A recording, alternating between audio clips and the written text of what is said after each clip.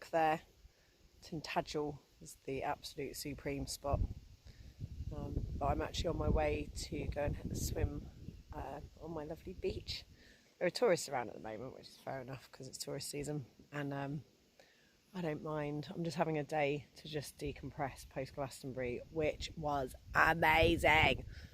I did not realise how much I needed that, and it's given me hope again and just made me feel like it's all possible again.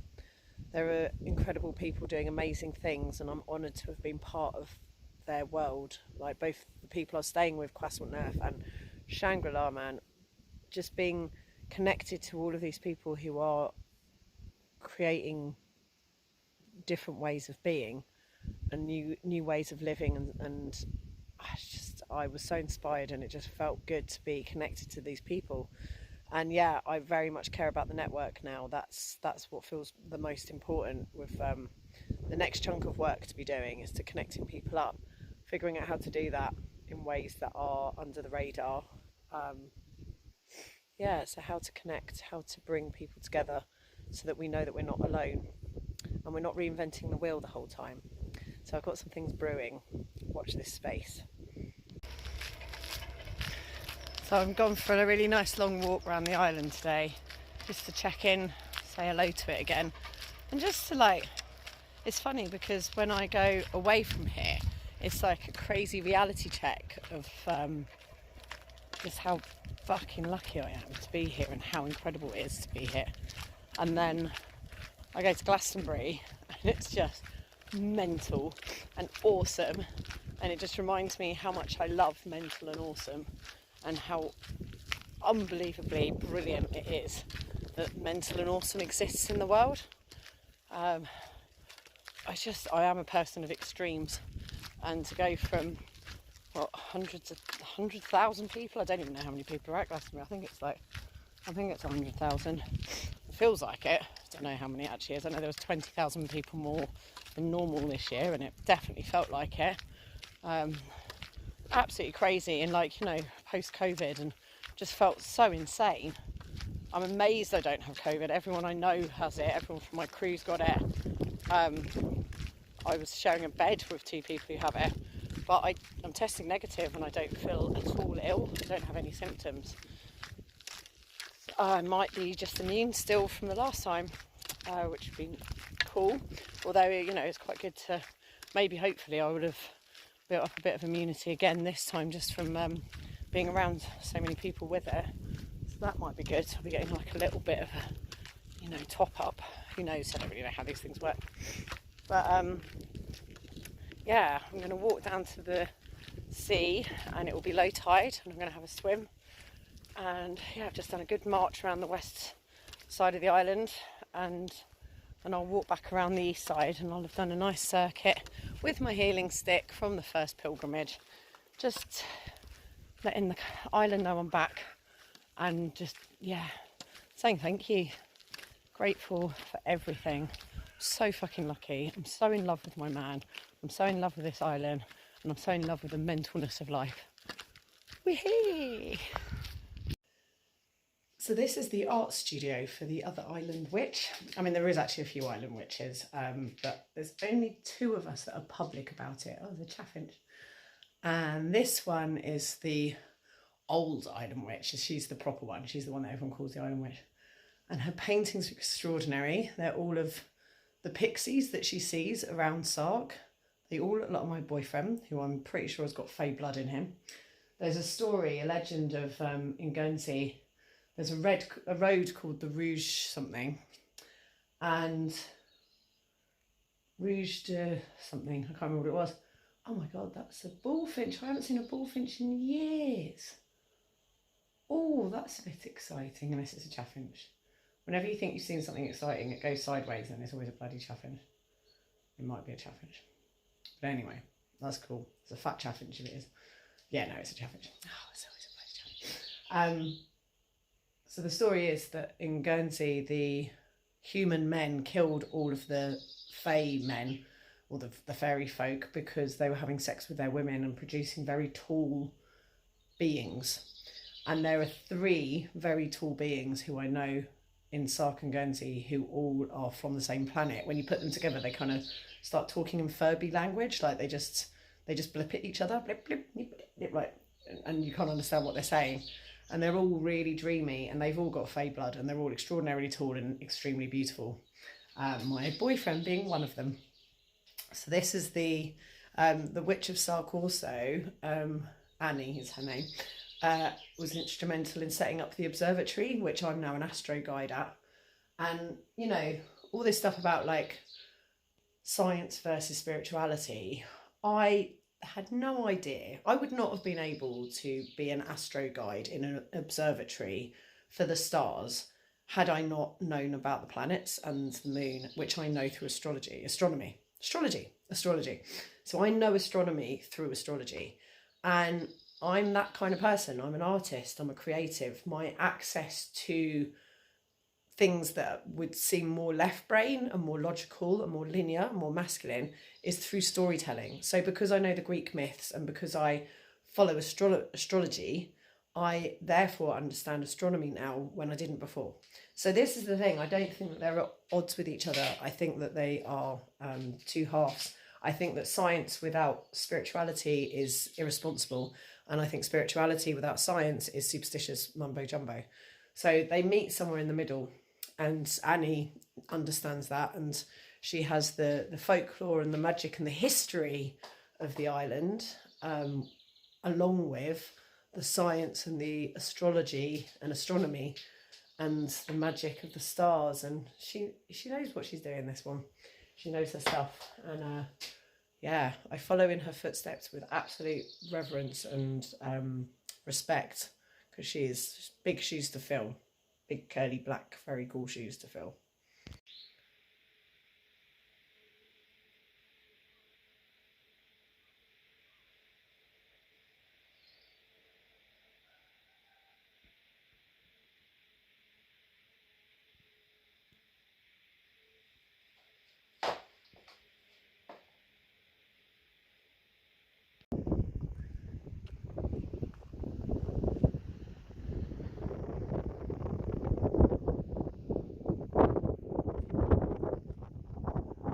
When I moved here, I was scared of heights, and now I just bloody love them.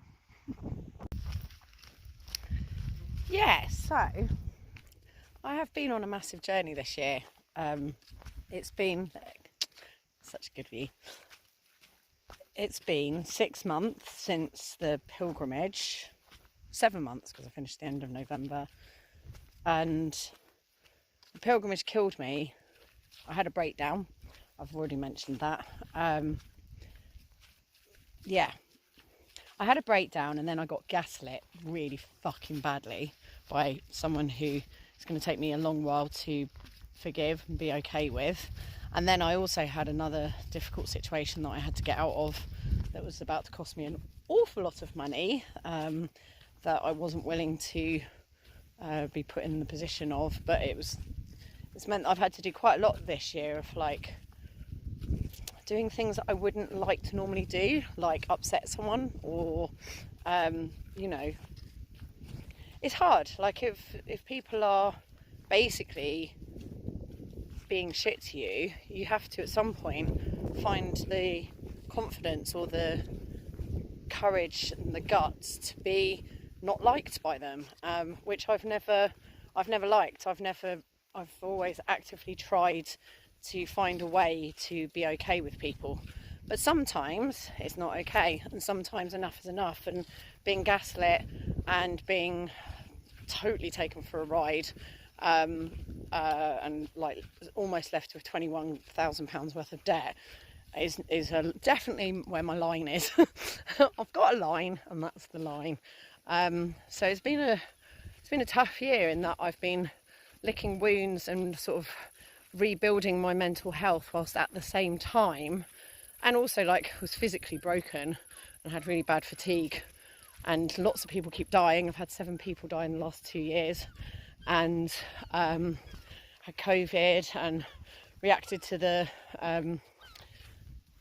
vaccinations, and they gave me fatigue, so I either had fatigue from them or fatigue from the actual COVID. So I realised now I might as well just get COVID. which I don't seem to have post Glastonbury, which is mad. But yeah, it's not been a bad year. I've actually had an amazing year. So this year in numerology is a 6 year, and 6 year is about spiritual development, connecting with your spirit guides and just, you know, letting them lead, basically, trusting the universe, which is an ongoing journey that I'm on, is to keep trusting the universe, because it definitely knows what it's doing, and it's definitely more imaginative and incredible than I'll ever be. So the more I fall back into the arms of the universe and trust it and let it lead, the better my life is. So continuing on that journey forever and ever. But this year is very much about that. It's a 6 year. So I have developed a spiritual practice this year, and I do yoga every morning and I meditate every morning, and that feels amazing and I feel really good for it.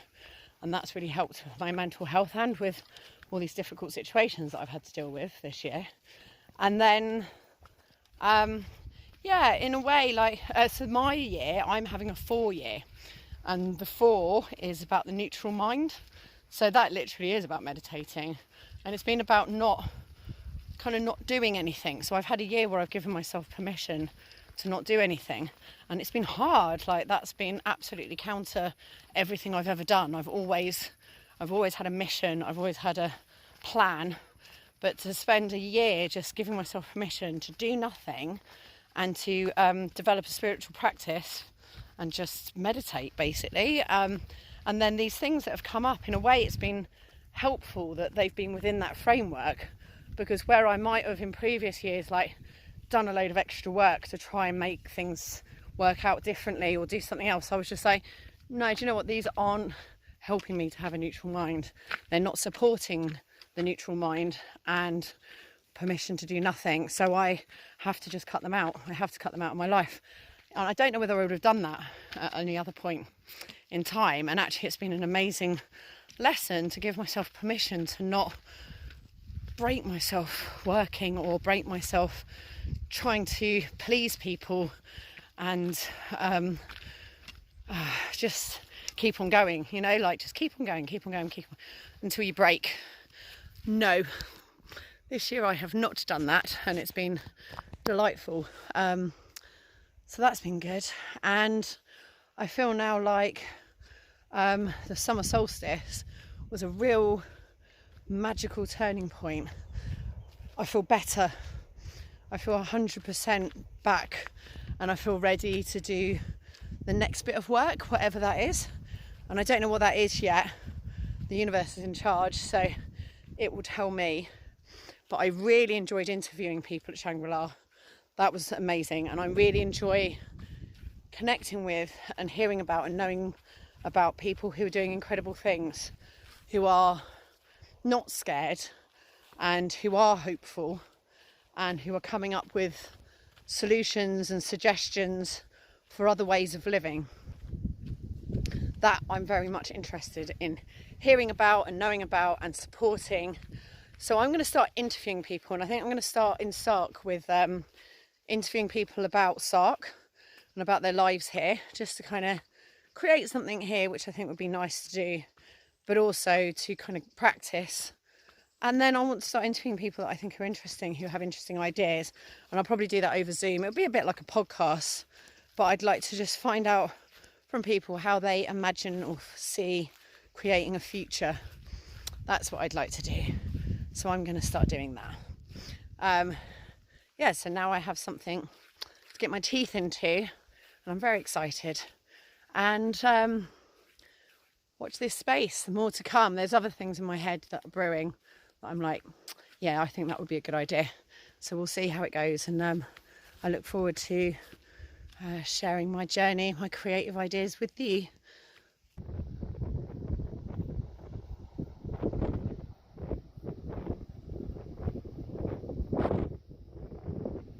If you aren't part Fae, then I don't know what is. Buff, my fairy man. So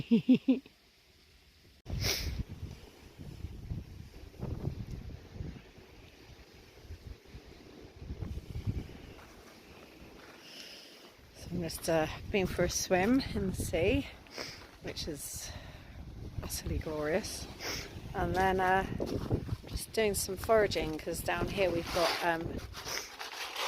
sea lettuce, which is delicious, and emerald green, and there's lots of it down here, so I'm just foraging some of that. Because the sea is just crystal clear here, you can actually eat any of the seaweed, but some are better than others.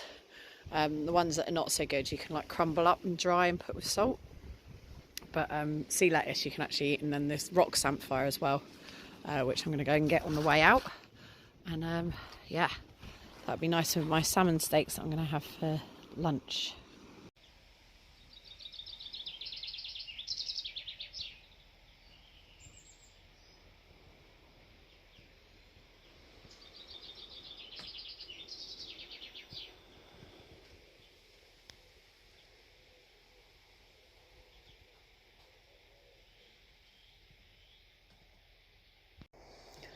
So yeah, I've had a gorgeous day, going for a long walk around the island, had a hot chocolate, went for a swim, met Diz, had a lovely time, picked some rock samphire and sea lettuce, and then just had it with steak of salmon steak, with vegetables cooked with garlic and baked with garlic, and cherry tomatoes and dill and sun-dried tomatoes and capers, and it was delicious. Oh my god, the sea lettuce was really tasty. My god, that's a new one to the mix.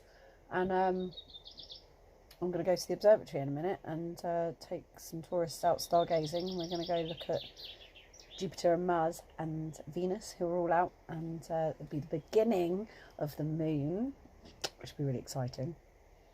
The new moon. Ah, what a wonderful day. It's been amazing. I feel totally like this is a turning of a new leaf. It just feel completely different, and feel really energised, and like the shit that needed cutting out is cut out. The energy levels are back, the well's being filled, and I'm inspired and excited by new things. And yeah, new things are afoot, defo. So yeah, back in the room, back in the game.